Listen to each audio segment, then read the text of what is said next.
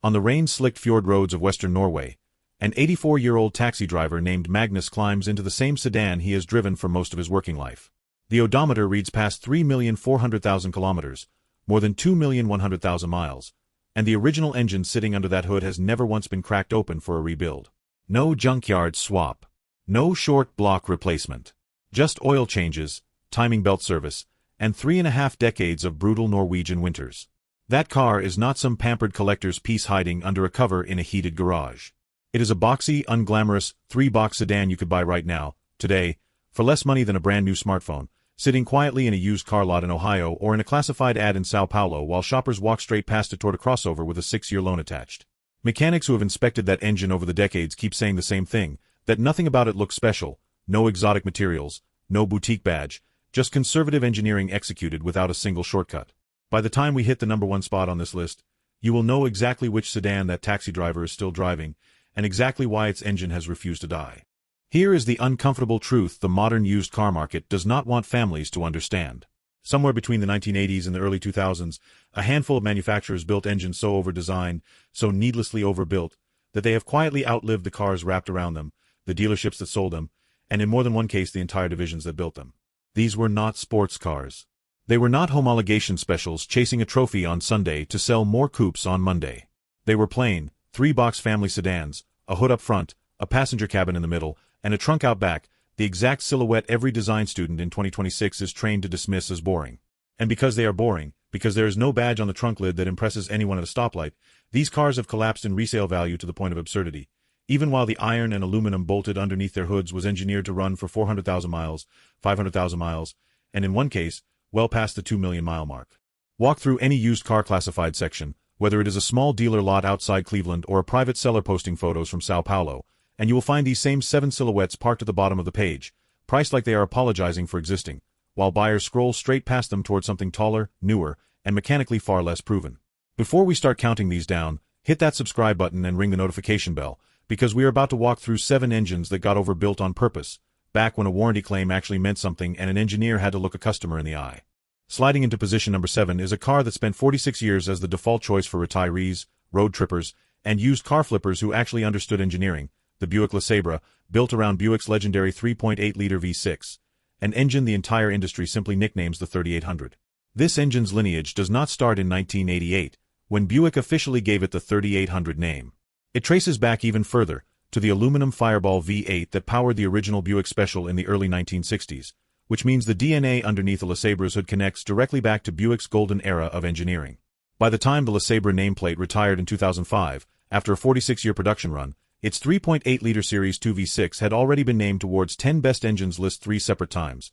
and it claimed the #2 spot on Ward's 10 Best Engines of the entire 20th century. Depending on tune, the naturally aspirated Series 2 produced around 205 horsepower and 230 pound-feet of torque, smooth enough to be mistaken for an engine twice its size, while the supercharged L67 variant, found in performance trims across Buick and Pontiac showrooms, pushed out roughly 240 horsepower and 280 pound-feet, delivering V8 torque numbers with V6 fuel economy. Owners routinely report crossing 250,000, even 300,000 miles, with nothing more than oil changes, coolant service, and a transmission fluid swap. There is a now legendary story circulating among mechanics about a 3800 that suffered a botched coolant job, flooding 4 of its 6 cylinders completely, and the car still limped itself onto the tow truck's flatbed running on the 2 cylinders that stayed dry. General Motors built more than 25 million of these engines before production finally ended in 2008, which means clean, high-mileage LeSabres are sitting in driveways across the American Midwest right now, ignored, undervalued, and mechanically superior to half the crossovers parked next to them.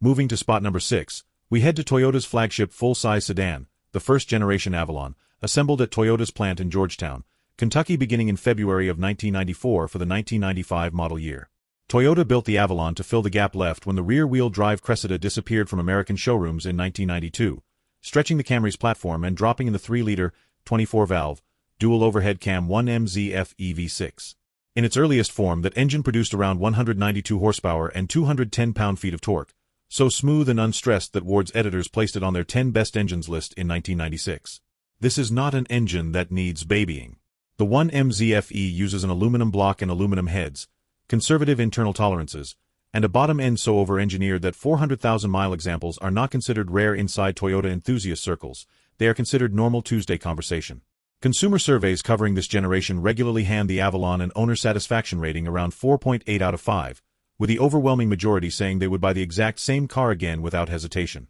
And yet, because the styling was aimed squarely at buyers who wanted a Buick-sized, near-luxury sedan without the Lexus badge or the Lexus price tag, an entire generation of car shoppers dismissed the Avalon as the car their grandparents drove. That reputation tanked resale values for decades, which means today, in 2026, you can still find a first-generation Avalon with 200,000 miles left in the engine for a genuinely embarrassing asking price. At number 5, we're crossing over to Nissan, and to a sedan the company's own marketing department once dared to call a four-door sports car, the fourth-generation Maxima, chassis code A32, built from 1995 through 1999. Underneath its hood sat the VQ30DE, a 3-liter, 24-valve V6 from Nissan's now legendary VQ engine family, so smooth and so durable that it appeared on Ward's 10 best engines list for 7 consecutive years running, from 1995 all the way through 2001. In United States trim, the A32's VQ30DE produced around 190 horsepower and 205 pound-feet of torque, routed through the front wheels via either a 5-speed manual or a 4-speed automatic.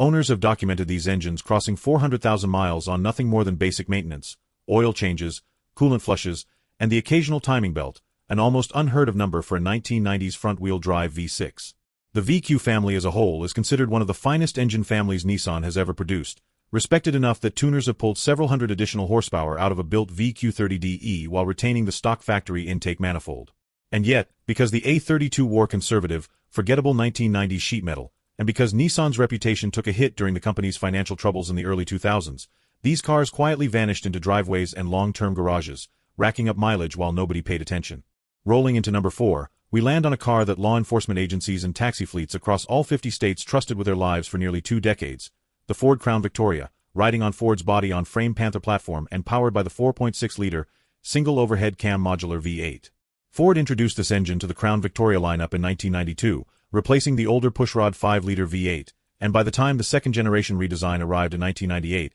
the civilian tune produced around 239 horsepower and 287 pound-feet of torque, while the Police Interceptor package, running dual exhaust and heavier-duty cooling, pushed output up to roughly 250 horsepower and 297 pound-feet in its final production years. This is a cast-iron block wrapped in aluminum cylinder heads, engineered from day one to idle for hours outside a crime scene, sprint hard down a highway during a pursuit, and then repeat that exact cycle again the next shift, 4 years, without complaint. Fleet operators routinely reported service intervals stretching past 300,000 miles before a major overhaul was even necessary. Even after major agencies transitioned to newer pursuit vehicles, thousands of retired Crown Victorias simply moved on to second careers as airport shuttles, private livery cars, and small city taxi fleets, still logging highway miles on their original drivetrains. Ford finally ended Crown Victoria production in 2011 at the St. Thomas Assembly Plant in Ontario, closing out one of the most battle-tested V8 engines ever bolted into a mainstream American sedan. Today, a retired Crown Victoria with the police cage and light bar removed can be picked up for pocket change,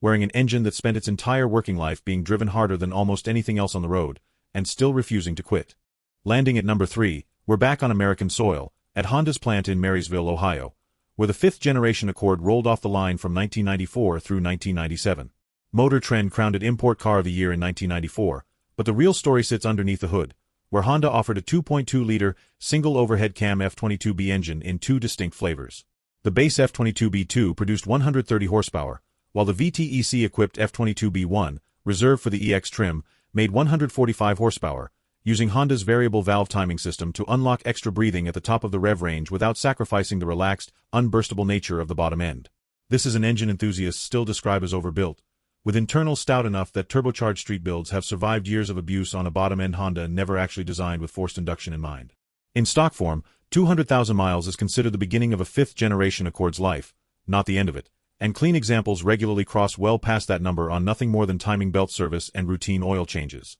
Honda also offered a 2.7-liter C27A V6 making around 170 horsepower for buyers who wanted extra cylinders, though it is the humble 4-cylinder F22B that earned the reputation as one of the most bulletproof engines Honda has ever built. Because this generation wore conservative, slab-sided styling that has aged into total anonymity, clean examples sit in driveways today at prices that make absolutely no sense given what is bolted underneath the hood. We are 2 spots away from the Holy Grail now, and at number 2 we head to Sweden, to a car nicknamed the Turbo Brick by an entire generation of enthusiasts, the Volvo 740, produced from 1984 through 1992 around Volvo's legendary red block engine family. The nickname comes from the bright red paint Volvo applied to the engine block itself, a 2.3-liter, single overhead cam, cast iron inline 4 built from high-quality Swedish iron and engineered with such conservative tolerances that most examples use a non-interference valve train, meaning a snap timing belt will not send a piston into a valve and destroy the entire engine. An almost unheard of safety net by 1980s standards. In naturally aspirated B230F form,